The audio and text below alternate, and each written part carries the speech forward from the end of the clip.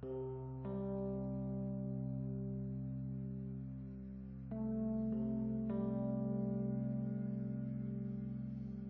pescador.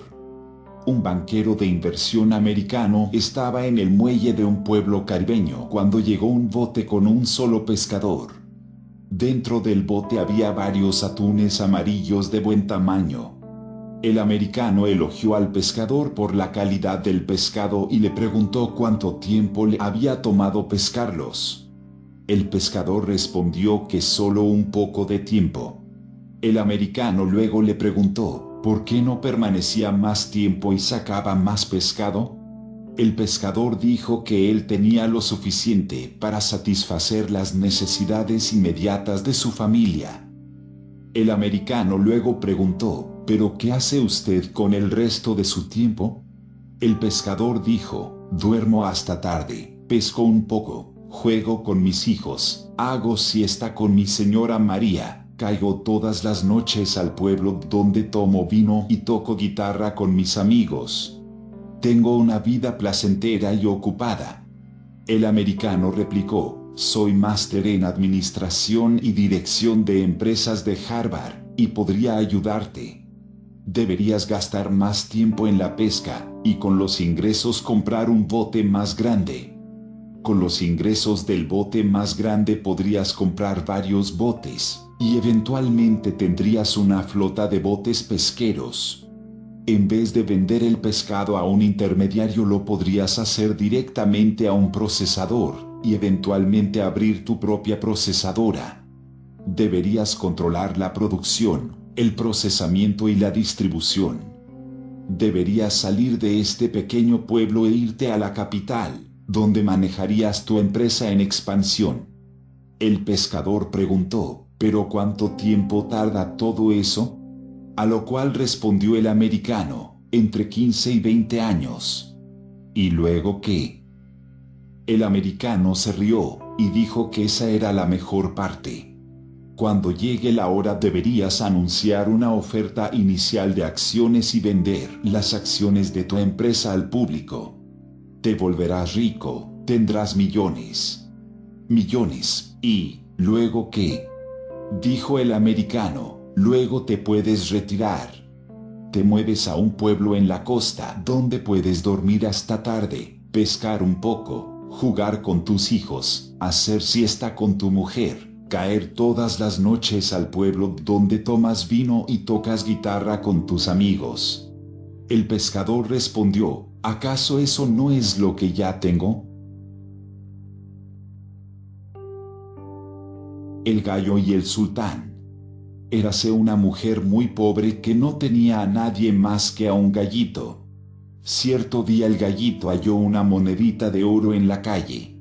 En aquel momento pasaba por allí un hombre. Tenía la cabeza tapada con un turbante de color azul. Usaba grandes pantalones y buchas rojas de punta alzada y curva. Se trataba nada menos que del mismísimo sultán de Turquía. Al ver brillar la monedita que había descubierto el gallito, le dijo con aire autoritario, «Gallo, dame esa moneda».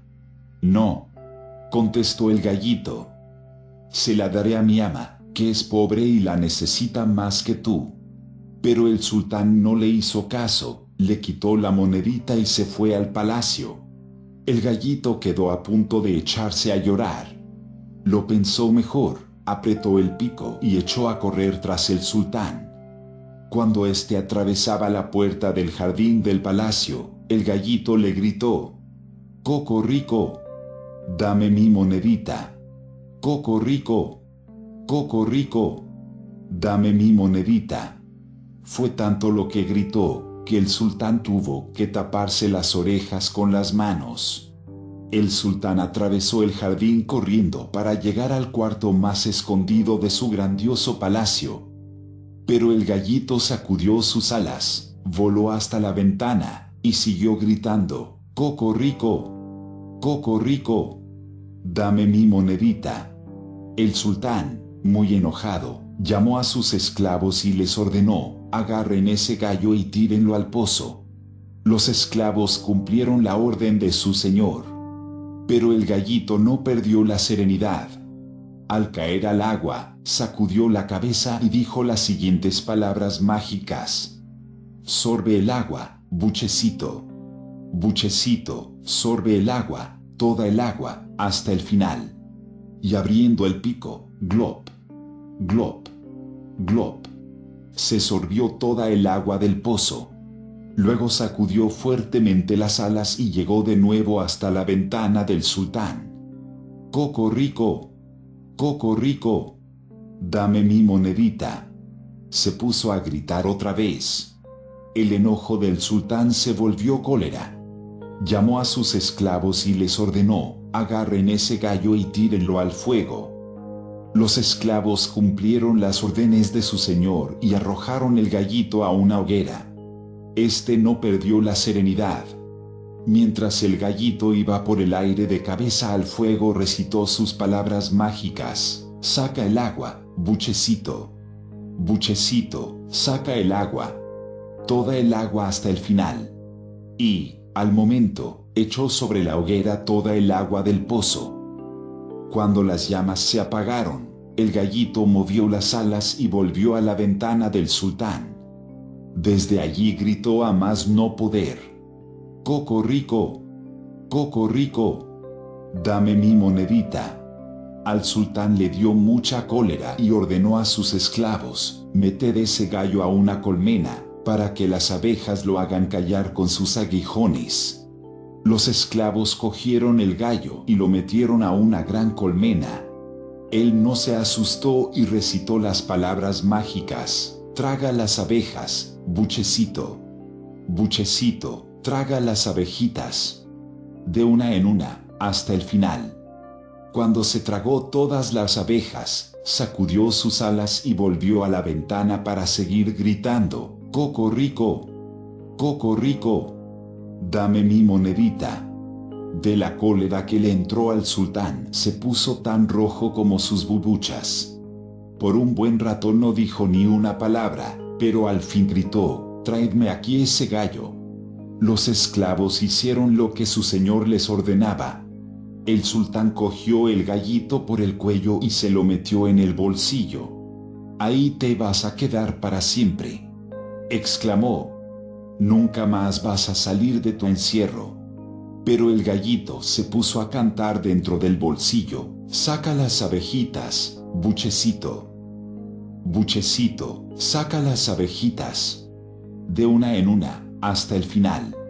Una vez dichas estas palabras dejó abierto el pico. Las abejas fueron saliendo una tras otras y llenaron los grandes pantalones del sultán. Al verse encerradas, comenzaron a picarle en las piernas. El sultán gritaba de dolor y se movía como si tuviera el baile de San Vito. Finalmente, no aguantó más y ordenó a sus esclavos: entreguen esa moneda a ese gallo y que se marche para que me deje en paz. Uno de los esclavos tomó un alfanje y le hizo un agujero a los pantalones.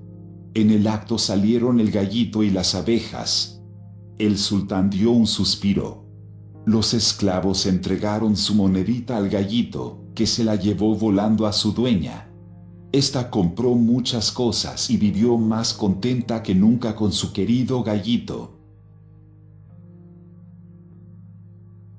El leñador esforzado. Había una vez un leñador que se presentó a trabajar en una maderera. El sueldo era bueno y las condiciones de trabajo mejores aún, así que el leñador se decidió a hacer buen papel. El primer día se presentó al capataz, quien le dio un hacha y le designó una zona. El hombre entusiasmado salió al bosque a talar. En un solo día cortó 18 árboles. «Te felicito», dijo el capataz, «sigue así». Animado por las palabras del capataz, el leñador se decidió a mejorar su propio desempeño al día siguiente, así que esa noche se acostó bien temprano. A la mañana se levantó antes que nadie y se fue al bosque. A pesar de todo el empeño, no consiguió cortar más que 15 árboles. «Me debo haber cansado», pensó, y decidió acostarse con la puesta del sol.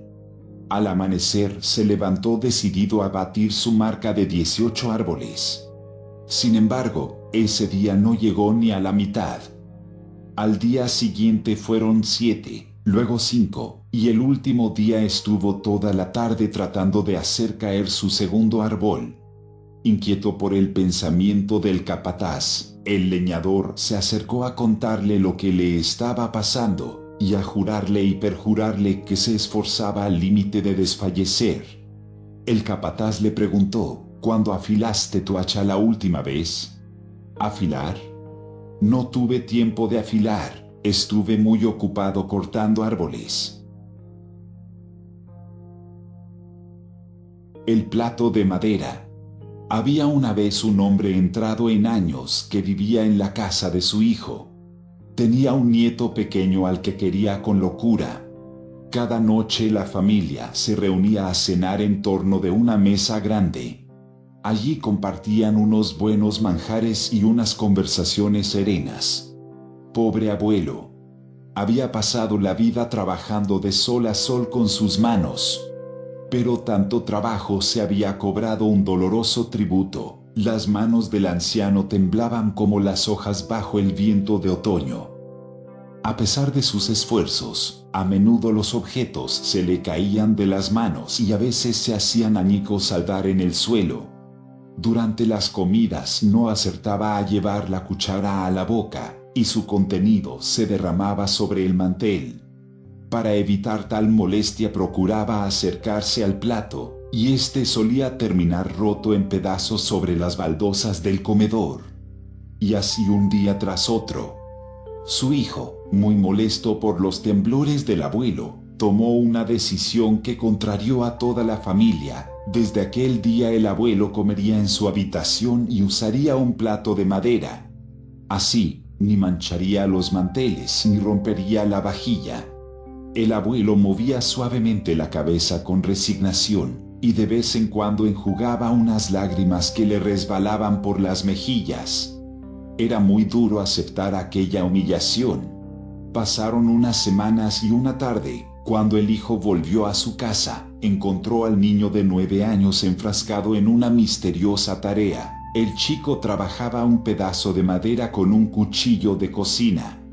El padre, lleno de curiosidad, le dijo: ¿qué estás haciendo con tanta seriedad? ¿Es una manualidad que te han mandado a hacer en la escuela? No, papá, respondió el niño. Entonces, ¿de qué se trata? ¿No me lo puedes explicar? Claro que sí, papá. Estoy haciendo un plato de madera para cuando tú seas viejo y vengas a vivir conmigo. No entiendo, hijo. Cuando las manos te tiemblen y rompas mis platos, yo tendré ya listo este plato de madera para que lo uses en tu habitación. Al oír aquello, un dolor extraño le encogió las entrañas. De repente comprendió lo que había hecho con su propio padre. Las lágrimas rodaban por sus mejillas. Y, aunque ninguna palabra se dijo al respecto, él sabía lo que tenía que hacer. Esa tarde el hijo tomó gentilmente la mano del abuelo y lo guió de vuelta a la mesa de la familia. Por el resto de sus días, el abuelo ocupó un lugar en la mesa con ellos. El rey y el halcón. Gengis Khan fue un gran rey y un gran guerrero. Condujo a su ejército hasta China y Persia, y conquistó numerosas tierras. En todos los países la gente hablaba de sus grandes hazañas y decían que, desde Alejandro el Grande, no había habido otro rey como él. Una mañana en la que se encontraba en su casa después de volver de la batalla, cabalgó hasta el bosque para cazar. Le acompañaban muchos de sus amigos. Cabalgaron alegremente con sus arcos y flechas. Les seguían los sirvientes con los perros. Formaban una partida de caza tan alegre que el bosque se llenó de sus gritos y sus risas. Y esperaban continuar con sus bromas al llegar a su casa al anochecer. Posado en su muñeca, el rey transportaba a su halcón favorito, ya que en esos tiempos los halcones eran entrenados para cazar. Cuando su dueño se lo ordenaba, alzaban el vuelo y oteaban a su alrededor en busca de una presa. Si tenían la suerte de ver un ciervo o un conejo, se precipitaban sobre ellos, veloces como una flecha. Gengis Khan y sus cazadores cabalgaron por el bosque todo el día, pero no encontraron tantas presas como habían esperado. Al caer la tarde se dirigieron a su casa. El rey había cabalgado a menudo por el bosque y conocía todos sus senderos. Así que, mientras los demás cazadores volvían a casa por el camino más corto, él se internó por una senda que atravesaba un valle entre dos montañas. Había sido un día caluroso y el rey estaba sediento. Su halcón amaestrado había abandonado su muñeca y alzado el vuelo. El ave sabía con certeza que encontraría el camino de regreso. El rey cabalgó pausadamente. Recordaba haber visto un riachuelo cerca de ese camino. Si pudiera encontrarlo. Pero el calor del verano había secado todos los arroyos de las montañas. Por fin, para su contento, vio un hilillo de agua que se deslizaba por la hendidura de una roca y dedujo que un poco más arriba habría un manantial. Siempre, en la estación húmeda, un potente chorro de agua brotaba de aquella fuente, pero ahora el fresco líquido solo caía gota a gota. El rey echó pie a tierra, cogió un pequeño vaso de plata que llevaba en su zurrón de cazador y lo acercó a la roca para recoger las gotas de agua. Tardó mucho tiempo en llenar el vaso. Tenía tanta sed que apenas podía esperar. Cuando el vaso estuvo casi lleno, el rey se lo llevó a los labios y se dispuso a beber.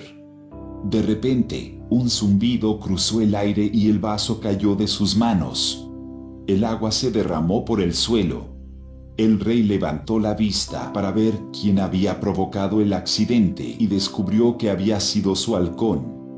El pájaro pasó volando unas cuantas veces y finalmente se quedó posado en las rocas cerca del manantial. El rey recogió el vaso y volvió a llenarlo. Esta vez no esperó tanto. Cuando el vaso estaba a la mitad, se lo llevó a los labios. Pero antes de que pudiera beber, el halcón se lanzó hacia él e hizo caer de nuevo el recipiente. El rey se puso furioso. Volvió a repetir la operación, pero por tercera vez el halcón le impidió beber. Ahora el rey estaba verdaderamente enfadado. ¿Cómo te atreves a comportarte así?, gritó. Si te tuviera en mis manos te rompería el cuello. Y volvió a llenar el vaso. Pero antes de beber desenfundó su espada. Ahora, señor halcón, dijo, no volverás a jugármela. Apenas había pronunciado estas palabras cuando el halcón se dejó caer en picado y derramó el agua otra vez. Pero el rey le estaba esperando. Con un rápido mandoble alcanzó al halcón. El pobre animal cayó mortalmente herido a los pies de su amo. «Esto es lo que has conseguido con tus bromas», dijo Gengis Khan. Al buscar el vaso, vio que éste había rodado entre dos rocas donde no podría cogerlo. «Tendré que beber directamente de la fuente», murmuró. Entonces se encaramó al lugar de donde procedía el agua. No era fácil, y cuanto más subía, más sediento estaba. Por fin alcanzó el lugar. Encontró, en efecto, un charco de agua. Pero allí, justo en medio, yacía muerta una enorme serpiente de las más venenosas. En seco y olvidó la sed. Solo podía pensar en el pobre halcón muerto tendido en el suelo. «El halcón me ha salvado la vida», exclamó, «¿y cómo se lo he pagado? Era mi mejor amigo y le he dado muerte». Descendió del talud, cogió al pájaro con suavidad y lo puso en su zurrón de cazador. Entonces montó en su corcel y cabalgó velozmente hacia su casa. Y se dijo a sí mismo, «Hoy he aprendido una triste lección, nunca hagas nada cuando estés furioso». El espejo de Matsuyama. Mucho tiempo vivían dos jóvenes esposos en lugar muy apartado y rústico. Tenían una hija, y ambos la amaban de todo corazón. No diré los nombres de marido y mujer, que ya cayeron en olvido, pero diré que el sitio en que vivían se llamaba Matsuyama, en la provincia de Echigo. Hubo de acontecer, cuando la niña era aún muy pequeñita, que el padre se vio obligado a ir a la gran ciudad, capital del imperio. Como era tan lejos, ni la madre ni la niña podían acompañarle, y él se fue solo, despidiéndose de ellas y prometiendo traerles, a la vuelta, muy lindos regalos. La madre no había ido nunca más allá de la cercana aldea, y así no podía desechar cierto temor al considerar que su marido emprendía tan largo viaje. Pero al mismo tiempo sentía orgullosa satisfacción de que fuese él, por todos aquellos contornos, el primer hombre que iba a la rica ciudad, donde el rey y los magnates habitaban, y donde había que ver tantos primores y maravillas. En fin, cuando supo la mujer que volvía a su marido, vistió a la niña de gala, lo mejor que pudo, y ella se vistió un precioso traje azul que sabía que a él le gustaba en extremo. No atinó a encarecer el contento de esta buena mujer cuando vio al marido volver a casa sano y salvo. La chiquitina daba palmadas y sonreía con deleite al ver los juguetes que su padre le trajo. Y él no se hartaba de contar las cosas extraordinarias que había visto durante la peregrinación y en la capital misma. A ti, dijo a su mujer, te he traído un objeto de extraño mérito. Se llama espejo. Mírale y dime qué ves dentro. Le dio entonces una cajita chata, de madera blanca, donde, cuando la abrió ella, encontró un disco de metal. Por un lado era blanco como plata mate, con adornos en realce de pájaros y flores, y por el otro, brillante y pulido como cristal. Allí miró la joven esposa con placer y asombro, porque desde su profundidad vio que la miraba, con labios entreabiertos y ojos animados, un rostro que alegre sonreía. ¿Qué ves?, preguntó el marido, encantado del pasmo de ella y muy ufano de mostrar que había aprendido algo durante su ausencia. Veo a una linda moza, que me mira y que mueve los labios como si hablase, y que lleva, caso extraño, un vestido azul, exactamente como el mío. Tonta, es tu propia cara la que ves, la replicó el marido, muy satisfecho de saber algo que su mujer no sabía. Ese redondel de metal se llama espejo. En la ciudad cada persona tiene uno, por más que nosotros, aquí en el campo, no los hayamos visto hasta hoy. Encantada la mujer con el presente, pasó algunos días mirándose a cada momento, porque como ya dije, era la primera vez que había visto un espejo y, por consiguiente, la imagen de su linda cara. Consideró, con todo, que tan prodigiosa alhaja tenía sobrado precio para usada de diario, y la guardó en su cajita y la ocultó con cuidado entre sus más estimados tesoros. Pasaron años, y marido y mujer vivían aún muy dichosos. El hechizo de su vida era la niña, que iba creciendo y era el vivo retrato de su madre, y tan cariñosa y buena que todos la amaban. Pensando la madre en su propia pasajera vanidad, al verse tan bonita, conservó escondido el espejo, recelando que su uso pudiera engreír a la niña. Como no hablaba nunca del espejo, el padre le olvidó del todo. De esta suerte se crió la muchacha tan sencilla y candorosa como había sido su madre, ignorando su propia hermosura, y que la reflejaba el espejo. Pero llegó un día en que sobrevino tremendo infortunio para esta familia hasta entonces tan dichosa. La excelente y amorosa madre cayó enferma, y aunque la hija la cuidó con tierno afecto y solícito desvelo, se fue empeorando cada vez más, hasta que no quedó esperanza, sino la muerte. Cuando conoció ella que pronto debía abandonar a su marido y a su hija, se puso muy triste, afligiéndose por los que dejaba en la tierra y sobre todo por la niña. La llamó, pues, y le dijo: querida hija mía, ya ves que estoy muy enferma y que pronto voy a morir y a dejaros solos a ti y a tu amado padre. Cuando yo desaparezca, prométeme que mirarás en el espejo, todos los días, al despertar y al acostarte. En él me verás y conocerás que estoy siempre velando por ti. Dichas estas palabras, le mostró el sitio donde estaba oculto el espejo. La niña prometió con lágrimas lo que su madre pedía, y ésta, tranquila y resignada, expiró a poco. En adelante, la obediente y virtuosa niña jamás olvidó el precepto materno, y cada mañana y cada tarde tomaba el espejo del lugar en que estaba oculto, y miraba en él, por largo rato e intensamente. Allí veía la cara de su perdida madre, brillante y sonriendo. No estaba pálida y enferma como en sus últimos días, sino hermosa y joven.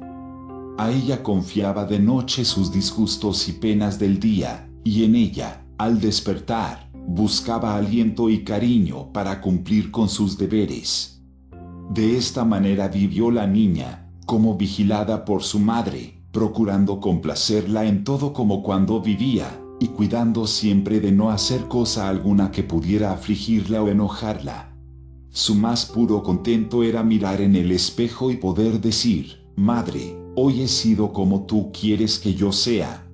Advirtió el padre, al cabo, que la niña miraba sin falta en el espejo, cada mañana y cada noche, y parecía que conversaba con él. Entonces le preguntó la causa de tan extraña conducta. La niña contestó: «Padre, yo miro todos los días en el espejo para ver a mi querida madre y hablar con ella».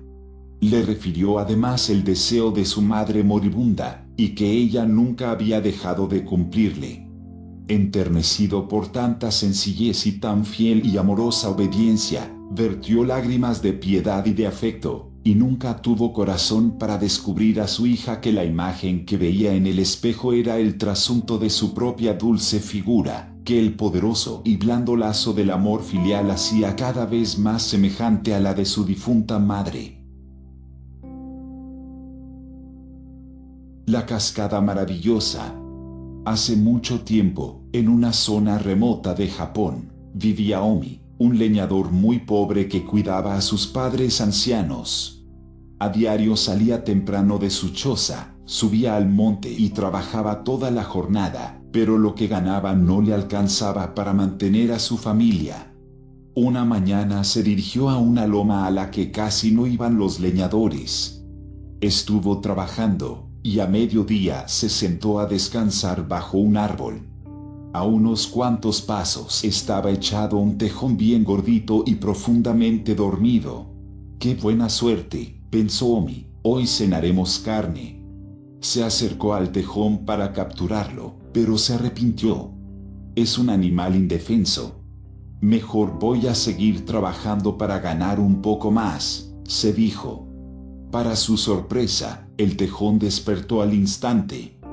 «Veo que eres un buen muchacho, pues no me hiciste daño», le dijo, «y te daré un premio. Camina hasta el pino alto que se ve allá lejos y tráeme una piedra lisa y grande que hay junto al tronco». Omi siguió las instrucciones, trajo la piedra y, cuando la puso en el suelo, quedó cubierta de deliciosos alimentos. «Quisiera llevar todo a mis padres», comentó Omi antes de probar. «No te apures», dijo el tejón. «Ahora mismo tus padres están disfrutando un banquete igual». Los dos comieron muy a gusto, pero cuando terminaron y Omi quiso agradecer al tejón, este se alejó muy aprisa hasta desaparecer. Tratando de alcanzarlo, Omi llegó a orillas de una hermosa cascada de aguas claras y melodiosas. Sediento, se acercó para beber y, al probar el líquido, descubrió que era un néctar exquisito. Llenó su cantimplora con él y fue corriendo a casa para ofrecerle a sus padres. Llegando les contó lo que había ocurrido. La madre le comentó que ellos también habían disfrutado un banquete espléndido. «Eres tan buen hijo que te acordaste de nosotros», le dijo. «No fui yo», explicó Omi, sino el tejón. Un vecino que pasaba por allí escuchó la historia que pronto se difundió por toda la aldea. Al día siguiente, cuando Omi iba camino a la montaña para trabajar, lo seguía una multitud que quería llenar sus cántaros con el néctar. Al llegar a la cascada, uno de ellos exclamó: «Primero disfrutemos un poco de la rica bebida». Se inclinó hacia la cascada, sumergió un cucharón, probó el líquido y gritó muy enojado: «Omi es un mentiroso. Esto es pura agua. Vamos a echarlo a la cascada». El joven leñador logró huir y esconderse detrás de unas rocas. Cuando la multitud se dispersó, regresó a la cascada. Inquieto por lo que había ocurrido, probó de nuevo el líquido y disfrutó el mismo néctar del día anterior. «Qué raro», pensó. «Esto es un misterio». Entonces apareció el pequeño tejón y le explicó: «Tú eres un muchacho comprometido con tus padres y responsable con tu trabajo. Por eso puedes disfrutar el néctar de la cascada. Tus vecinos solo piensan en sí mismos y quieren cosas fáciles. Por eso encuentran agua común». La noticia de esta maravilla llegó a oídos del emperador, que recompensó a Omi y adoptó al tejón como su mascota. Quiero que todos recuerden siempre la lección de responsabilidad que nos ha dado el leñador Omi, informó a sus ministros. Espero que algún día lleguemos a ser como él. El círculo del 99. En un país no muy lejano había un rey muy triste, el cual tenía un sirviente que se mostraba siempre pleno y feliz. Todas las mañanas, cuando le llevaba el desayuno, el sirviente lo despertaba tarareando alegres canciones de juglares. Siempre había una sonrisa en su cara, y su actitud hacia la vida era serena y alegre. Un día el rey lo mandó llamar y le preguntó: «Paje, ¿cuál es el secreto?». «¿Qué secreto, Majestad? ¿Cuál es el secreto de tu alegría?». «No hay ningún secreto, Alteza». «No me mientas. He mandado cortar cabezas por ofensas menores que una mentira». «Majestad, no tengo razones para estar triste. Su Alteza me honra permitiéndome atenderlo. Tengo a mi esposa y a mis hijos viviendo en la casa que la corte nos ha asignado. Estamos vestidos y alimentados, y además Su Alteza me premia de vez en cuando con algunas monedas que nos permiten darnos pequeños gustos. ¿Cómo no estar feliz? Si no me dices ya mismo el secreto, te haré decapitar», dijo el rey. «Nadie puede ser feliz por esas razones que has dado». El sirviente sonrió, hizo una reverencia y salió de la habitación. El rey estaba furioso. No conseguía explicarse cómo el paje vivía feliz así, vistiendo ropa usada y alimentándose de las sobras de los cortesanos. Cuando se calmó, llamó al más sabio de sus asesores y le preguntó: «¿Por qué él es feliz?». «Majestad, lo que sucede es que él está por fuera del círculo». «¿Fuera del círculo? ¿Y eso es lo que lo hace feliz?». «No, Majestad, eso es lo que no lo hace infeliz». «A ver si entiendo, ¿estar en el círculo lo hace infeliz? ¿Y cómo salió de él?». «Es que nunca entró». «¿Qué círculo es ese?». «El círculo del 99. Verdaderamente no entiendo nada. La única manera para que entendiera sería mostrárselo con hechos». «¿Cómo?». «Haciendo entrar al paje en el círculo». «Pero, Alteza, nadie puede obligar a nadie a entrar en el círculo. Aunque si le damos la oportunidad, posiblemente entrará por sí mismo. Pero no se dará cuenta de que eso es su infelicidad». «Sí se dará cuenta, pero no lo podrá evitar». «Dices que él se dará cuenta de la infelicidad que le causará entrar en ese ridículo círculo, y de todos modos lo hará». «Tal cual, Majestad. Si usted está dispuesto a perder un excelente sirviente para entender la estructura del círculo, lo haremos. Esta noche pasaré a buscarlo». Debe tener preparada una bolsa de cuero con 99 monedas de oro. Así fue. El sabio fue a buscar al rey y juntos se escurrieron hasta los patios del palacio y se ocultaron junto a la casa del paje. El sabio guardó en la bolsa un papel que decía: «Este tesoro es tuyo. Es el premio por ser un buen hombre. Disfrútalo y no le cuentes a nadie cómo lo encontraste». Cuando el paje salió por la mañana, el sabio y el rey lo estaban espiando. El sirviente leyó la nota, agitó la bolsa y al escuchar el sonido metálico se estremeció. La apretó contra el pecho, miró hacia todos lados y cerró la puerta. El rey y el sabio se acercaron a la ventana para ver la escena. El sirviente había tirado todo lo que había sobre la mesa, dejando solo una vela, y había vaciado el contenido de la bolsa. Sus ojos no podían creer lo que veían: una montaña de monedas de oro.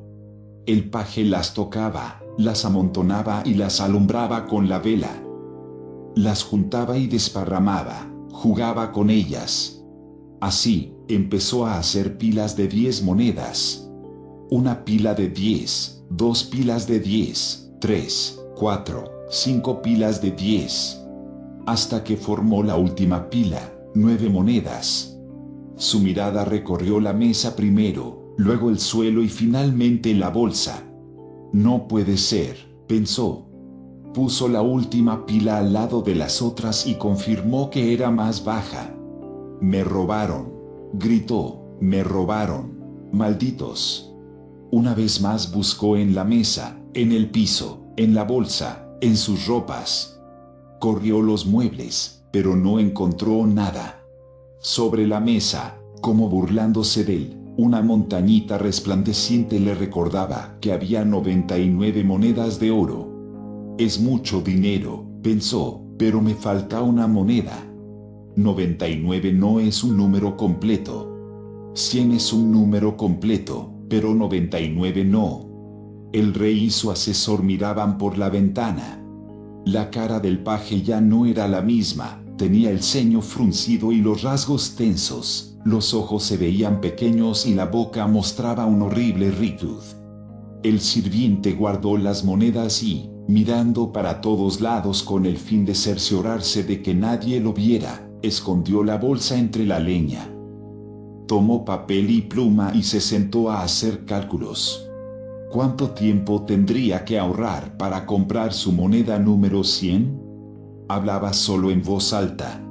Estaba dispuesto a trabajar duro hasta conseguirla. Después, quizás no necesitaría trabajar más.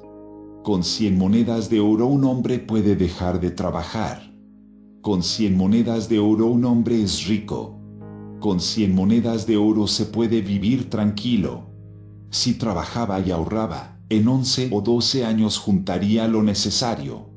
Hizo cuentas, sumando su salario y el de su esposa, reuniría el dinero en 7 años. Era demasiado tiempo. Pero, ¿para qué tanta ropa de invierno? ¿Para qué más de un par de zapatos? En 4 años de sacrificios llegaría a su moneda 100. El rey y el sabio volvieron al palacio. El paje había entrado en el círculo del 99. Durante los meses siguientes, continuó con sus planes de ahorro. Una mañana entró a la alcoba real golpeando las puertas y refunfuñando. «¿Qué te pasa?», le preguntó el rey de buen modo. «Nada», contestó el otro. «No hace mucho reías y cantabas todo el tiempo». «Hago mi trabajo, ¿no? ¿Qué querría su Alteza, que fuera también su bufón y juglar?». No pasó mucho tiempo antes de que el rey despidiera al sirviente. No era agradable tener un paje siempre de mal humor. El loco. En un pueblo, rodeado de cerros, habitaba un loco. La gente del pueblo lo llamaba así, el loco. ¿Y por qué lo llamaban así? ¿Acaso hacía cosas disparatadas, raras o diferentes a lo que hacía la mayoría de las personas, al menos en ese pueblo? La gente al verlo pasar se reía y se burlaba de él, humildemente vestido, sin posesiones, sin una casa que se dijera de su propiedad, sin una esposa ni unos hijos. Un infeliz, pensaba la gente, un parásito que en nada beneficiaba a la sociedad. Un inútil, comentaban otros.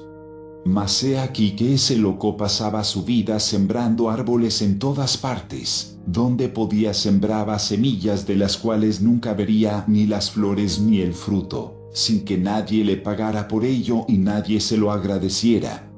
Peor aún, nadie lo alentaba. Al contrario, era objeto de burla para los demás. Y así pasaba su vida, regando semillas y plantando arbolitos, ante la burla de los demás. Y he aquí que ese loco era como un gran espíritu de luz, que mostraba cómo se deben hacer las cosas, sembrando, siempre sembrando sin esperar a ver el fruto, sin esperar a saborearlo. Y sucedió que un día cabalgaba por esos rumbos el sultán de aquellos lugares, rodeado de su escolta. Quería observar lo que sucedía verdaderamente en su reino, para no escucharlo solo a través de la boca de sus ministros. Al pasar por aquel pueblo y encontrarse al loco, sembrando como siempre, le preguntó, ¿qué haces, buen hombre? Y el viejo le respondió, sembrar, señor, sembrar. Nuevamente inquirió el sultán, pero, ¿por qué y para qué? Estás viejo y cansado y seguramente no verás ni siquiera un árbol cuando crezca. ¿Para qué siembras entonces? Y el viejo contestó, Señor, otros sembraron y yo he comido de lo que ellos sembraron. Es tiempo ya de que yo siembre para que otros coman. El sultán quedó admirado de la sabiduría de aquel hombre al que llamaban loco, y nuevamente le preguntó, pero no verás los frutos, y aún sabiendo eso continúas sembrando. Por eso te regalaré unas monedas de oro, pues me has dado una gran lección. El sultán llamó a uno de sus guardias para que trajese una pequeña bolsa con monedas de oro y se la entregó al sembrador. El loco respondió, «Ves, señor, como ya mi semilla ha dado fruto, y eso que apenas la acabo de sembrar. Y si alguna persona se volviera loca como yo, y se dedicara solamente a sembrar sin esperar ganancia, sería el más maravilloso de todos los frutos que yo hubiera obtenido, porque siempre esperamos algo en pago de lo que hacemos. Y olvidamos el mal que también hacemos». El sultán lo miró asombrado y le dijo, «Cuánta sabiduría y cuánto amor hay en ti. Ojalá hubiera más como tú en este mundo, pues este sería mucho mejor». Y el sultán partió junto con su séquito, mientras el loco volvía al surco y seguía sembrando. Y nadie sabe cuál fue su fin, pero, ciertamente, después de él el mundo quedó mucho mejor.